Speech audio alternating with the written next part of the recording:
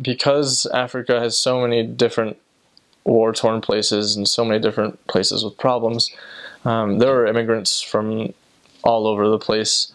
Rwanda, Burundi, Congo, Angola, Sudan, Somalia, Liberia, Cameroon, just really Morocco, Tanzania, mainly just the central part of Africa. A lot of crazy things going on there. There was one man that we talked to on the street. A lot of political refugees as well, and he had gone through 4 years of torture, which led to serious PTSD, and the details are not appropriate for the interview, but definitely had some really serious problems.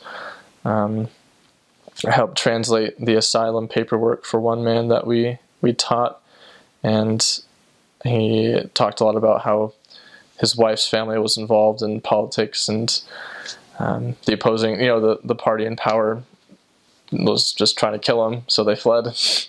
And his reaction was he had guns pulled on him, and things that been pulled over by government officials, and had narrowly escaped things. And his response to, I was like, wow, that's crazy. He's like, it happens all the time. So it's just a totally different world than what we're used to, completely different. The mindset is so different because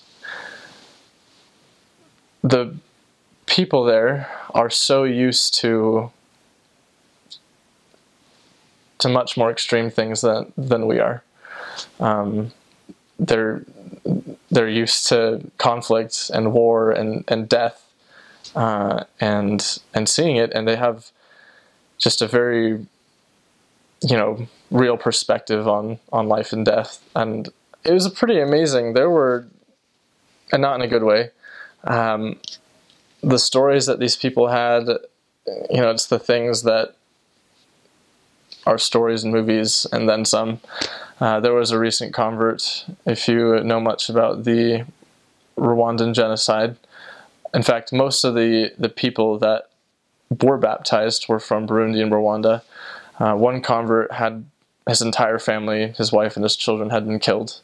And I never heard any detail about it, but he was a very, very humble man. And I'm sure he had a lot of hurt, but he seemed it was really impressive because he was just so joyful,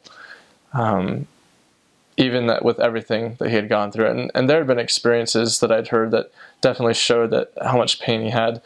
There was one time he approached a senior missionary couple, and in their words, that he asked them, I have nobody here. Will you adopt me? Basically, he had lost everything. But he was a genuinely happy and at peace man. And I think it came directly from the gospel. So that was pretty neat to see.